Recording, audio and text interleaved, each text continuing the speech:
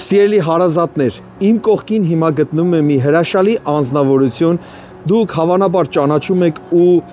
երկար ժամանակ չեք տեսել, կարոտած կլինեք, ու Աստված օրհնեց, որ ես լինեմ նրա կողքին, իրականում մի մարդ, որի միջոցով, երբ որ առաջին անգամ մտա եկեղեցի, Աստված խոսեց ինձ հետ ու ես հրաշալի ուղեր ստացա ու այդ օրվանից մնացի մեր եկեղեցում։ Կուզեմ, որ հիմա Հովի Բագրատը խոսի իր սրտից ու դու էլ Աստծուց ուղեր ստանաս։ Ողջունում եմ ձեզ իմ թանկ հարազատ եղբայր քույրեր, մեր Տեր Հիսուս Քրիստոսի անունով։ Առանց նրա կյանք չկա։ Նա ալֆան է, սկիզբը,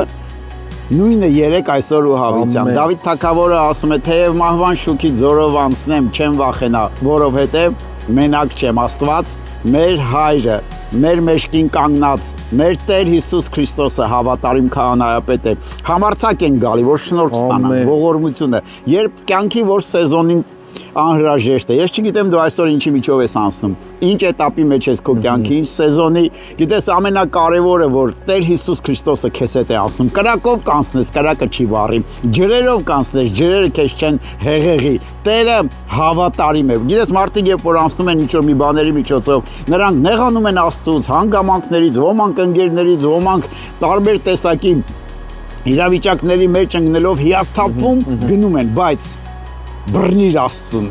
Այդ ամեն ինչի մեջ ոնց որ Հակոբը բռնեց Աստծուն, ասեց, բաց չեմ թողնի, մինչև չորտնես։ Ու ավելին եմ ասում, երբ որ կորտնի,